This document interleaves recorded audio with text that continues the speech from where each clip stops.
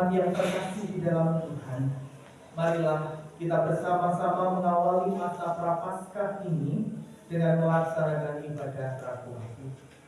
Mari kita lakukan bersama-sama ibadah kita dengan pengakuan yang demikian. Pertolongan kita adalah dalam nama Tuhan Allah yang telah menciptakan langit bumi, yang tidak pernah meninggalkan pekerjaan tangannya, dan yang kekal kasih setianya. Kasih karunia dan damai sejahtera dari Tuhan Allah dan Tuhan Yesus Kristus senantiasa menyertai saudara-saudara. Amin. Dipersilahkan duduk. Saudara-saudara yang terkasih dalam Tuhan, pernahkah saudara ketika sedang bepergian, terus kemudian di tengah jalan tiba-tiba teringat ada barang yang ketinggalan dan itu harus diambil. Menipok SIM istilah tengah jalan separuh perjalanan. Nah, kemudian kira-kira panjenengan balik apa Bapak? Lanjut balik Pak Bobo. Kalau polisi ya, pada orang polisi damai aja. Ini contoh Bapak Ibu, jadi ini tidak di kehidupan nyata, karena di kehidupan nyata semoga tidak ada. Kalau sendirian mungkin keputusan itu akan gampang diambil, tetapi ketika bersama-sama dengan keluarga, tentu ketika mau berbalik banyak pertimbangan. Jadi eman-eman ya Pak, separuh yang harus dibalik dari apa? Separuh harus lanjut saja. Namun anak polisi ya Allah, dendanya mahal. Ini salah satu contoh Bapak Ibu di dalam kehidupan sehari-hari yang kita alami ketika berbalik arah terbalik bukanlah sebuah perkara yang mudah. Apalagi jika perbuatan kita menimpa berkaitan dengan Tuhan. Ketika kita telah jatuh pada dalam tanda petik, seperti lagu tema masa raya Paskah, ketika kita jatuh dalam dosa yang cukup dalam, untuk kembali itu membutuhkan perjuangan yang tidak mudah. Banyak pertimbangan, kok aku balik, aku dibenci orang. Aku ngomongin dosa saya, dia aku diterima oleh orang-orang. Ada bagaimana? Berbalik kepada Tuhan mengharuskan mengubah arah hidup dengan tidak kembali lagi kepada keinginan lama dan mau hidup sepenuh dengan berkat-Tuhan. Ini Singapura. Jadi bertobat itu kan berbalik kepada Tuhan dan tidak mengulanginya. Ini yang berat. Nah, seruan untuk berbalik kepada Tuhan ini juga disampaikan oleh Nabi Yoel kepada bangsa Israel. Ketika mereka berbalik hidup di luar Tuhan, terjadi kemerosotan moral di mana-mana. Para pemimpin umat, yang disebut pemimpin umat, orang-orang yang dianggap tahu tentang kebenaran, mereka hidup tidak lagi seturut dengan kehendak Tuhan. Mereka tidak bisa lagi menjadi teladan dan menjaga kekudusan hidup. Dan dalam kondisi seperti inilah Nabi Yoel memanggil, memperingatkan umat Tuhan agar mereka bertobat berbalik. Jika mau melakukan pertobatan seperti yang dikatakan di seruan pertobatan, niscaya hukuman Allah akan berlari. Namun kalau engkau tidak mau bertobat, hukuman Allah tidak akan berlalu daripada. Dan dalam pemberitaannya, dalam bacaan yang pertama tadi, kita melihat bahwa Yoel mengajak umat melihat hal yang terjadi di tengah-tengah mereka. Kekeringan serta belalang yang menyerang menghancurkan panen mereka itu sebenarnya adalah peringatan yang dari Tuhan bahwa sesungguhnya ada hal yang lain yang mau ditunjukkan Tuhan, bahwa kekuasaan Tuhan itu lebih besar, bahwa ini hanya gambaran saja ketika belalang pelahap menghabiskan semua panenanmu. Itu adalah hukuman Tuhan. Ini adalah simbol atau gambaran bahwa pasukan Allah yang akan menyerbu dengan dahsyatnya pada hari kemudian jika kamu tidak sungguh-sungguh bertobat. Nah, menyikapi hal yang demikian, kemudian Nabi Yoel mengajak pemimpin umat untuk bertobat dengan cara berdoa, berpuasa. Yang dikatakan di dalam kitab Yoel 2 ayat 13, koyakkanlah hatimu dan janganlah pakaianmu, berbaliklah kepada Allah Tuhan Allahmu, sebab Ia pengasih dan penyayang, panjang sabar dan berlimpah kasih setia, dan Ia menyesal karena hukuman. Itu artinya Bapak Ibu bahwa Allah ini menghendaki pertobatan yang benar, tidak hanya sekedar di mulut, di luar saja, namun dengan kesadaran hati yang paling dalam. Umat Israel diajak untuk sadar bahwa dirinya orang yang berdosa dan hanya Tuhan yang dapat menyelamatkan.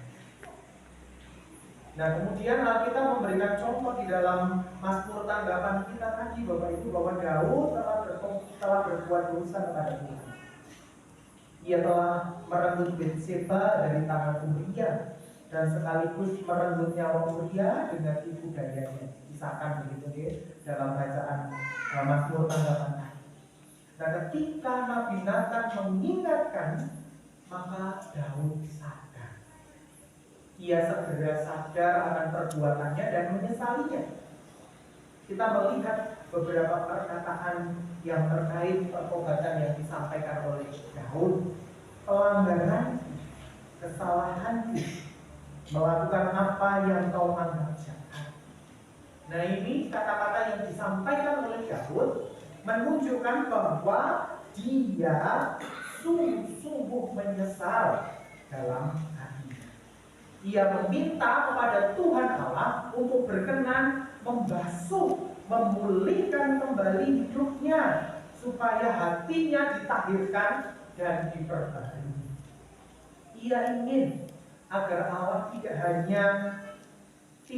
mengambil roh yang daripadanya. Roh itu adalah urapan yang kudus supaya dia tidak ditolak sebagai raja. Karena dia melihat bagaimana ketika roh Tuhan diambil daripada Saul, maka Saul apa yang terjadi Bapak Ibu? Dia seperti orang gila gitu ya. Dia meminta Daud memainkan kecapi untuk mengusir katanya roh jahat yang dari Saul. Nah, dia tidak mau kejadian yang menimpa Saul menimpa dirinya. Akhirnya dia memohon pertobatan yang sungguh kepada Allah. Dan jika kita melihat dengan cermat proses pengakuan, ungkapan yang diungkapkan oleh Daud, kita melihat betapa Daud sungguh-sungguh menyesali dosanya. Bertobat dengan berpuasa. Dengan demikian tidak ada perbuatan lain yang dapat menyelamatkan umat Israel kecuali dengan bertobat. Jika bertobat dengan sungguh-sungguh, maka Allah akan dikatakan menyesal. Mungkin dia akan mau berbalik dan menyesal dan ditinggalkannya berkat. Nah, hari ini Bapak Ibu Saudara yang terkasih di dalam Tuhan, kita melaksanakan Rabu Abu. Rabu Abu adalah sebagai awal penanda kita memasuki masa Prapaskah, yaitu masa untuk bertobat yang disertai dengan berdoa, berpuasa, dan bersedekah. Kita melihat di sebelah kanan saya atau di sebelah utara gedung gereja ini ada 40 hari bagaimana cara kita melaksanakan masa-masa Prapaskah ini di dalam menantikan kebangkitan Kristus, di dalam meneladani apa yang telah diteladankan oleh Kristus. Kita diajak bersama-sama. Tuhan Yesus memerintahkan kepada para murid untuk menekankan kemurnian hati di dalam melaksanakan kewajiban agama. Kewajiban agama tadi termasuk bersedekah, berdoa, dan berpuasa. Ada berbagai hal yang perlu kita lakukan, bisa kita lakukan, bukan perlu, bisa kita lakukan di dalam kita menjalankan laku masa prapaskah ini, bisa berpantang, bisa berpuasa, dan lain sebagainya caranya.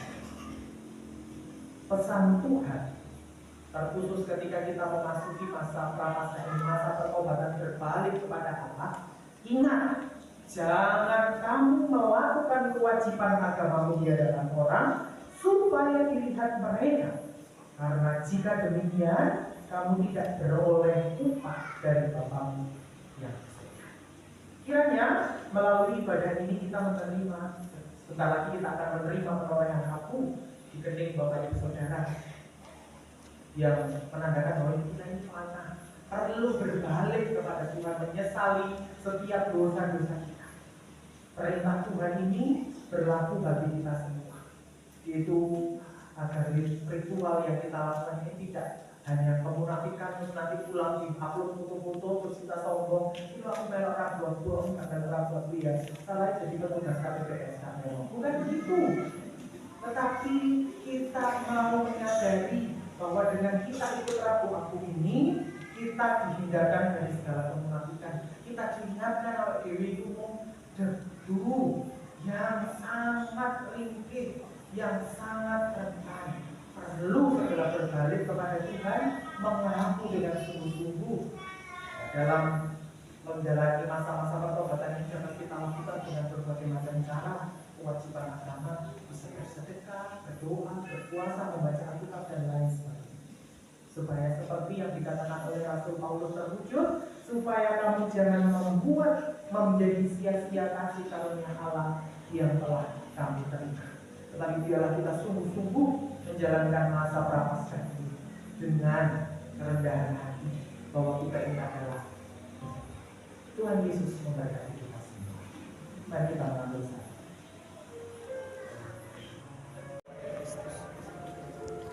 Abu adalah simbol kefanaan. Kita sebagai manusia yang penuh dengan kelemahan dan keterbatasan. Allah yang Maha Kuasa telah menciptakan kita dari debu. Biarlah abu ini menjadi pengingat bahwa kita adalah makhluk ciptaan Allah yang selalu bergantung kepadanya. Tanpa Allah, kita tidak berarti apa-apa. Dan hanya Allah yang menganugerahkan hidup kekal kepada kita. Kau bagai debu, kau bagai abu, dan tanpa kelabu. Kau bagai abu yang rapuh di kalbu. Banyak dosamu, cemar lakumu. Serahkanlah hidupmu dalam kasih-Nya, karena kau bagai abu yang lemah tubuhmu. Kau bagai abu yang fana ragamu. Ada batasnya, takkan abadi. Serahkanlah hidupmu dalam kasih-Nya.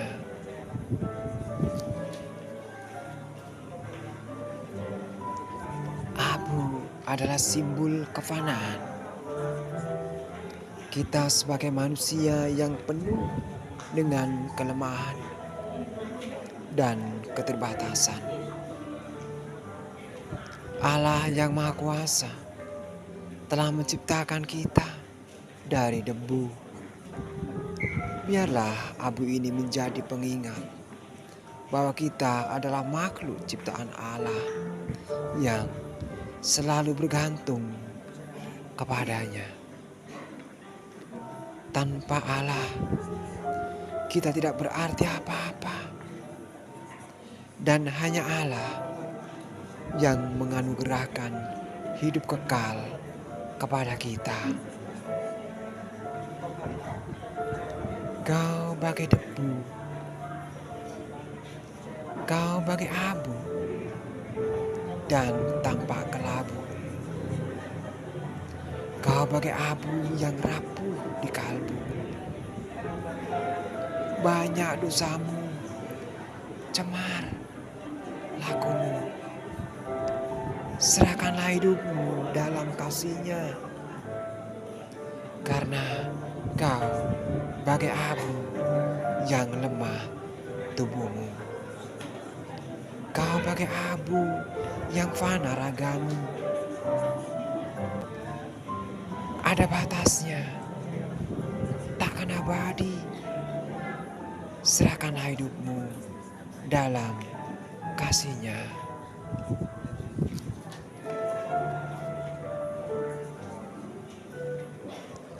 Abu adalah simbol kefanaan. Kita sebagai manusia yang penuh dengan kelemahan dan keterbatasan. Allah yang Maha Kuasa telah menciptakan kita dari debu. Biarlah abu ini menjadi pengingat bahwa kita adalah makhluk ciptaan Allah yang selalu bergantung kepadanya. Tanpa Allah, kita tidak berarti apa-apa. Dan hanya Allah yang menganugerahkan hidup kekal kepada kita.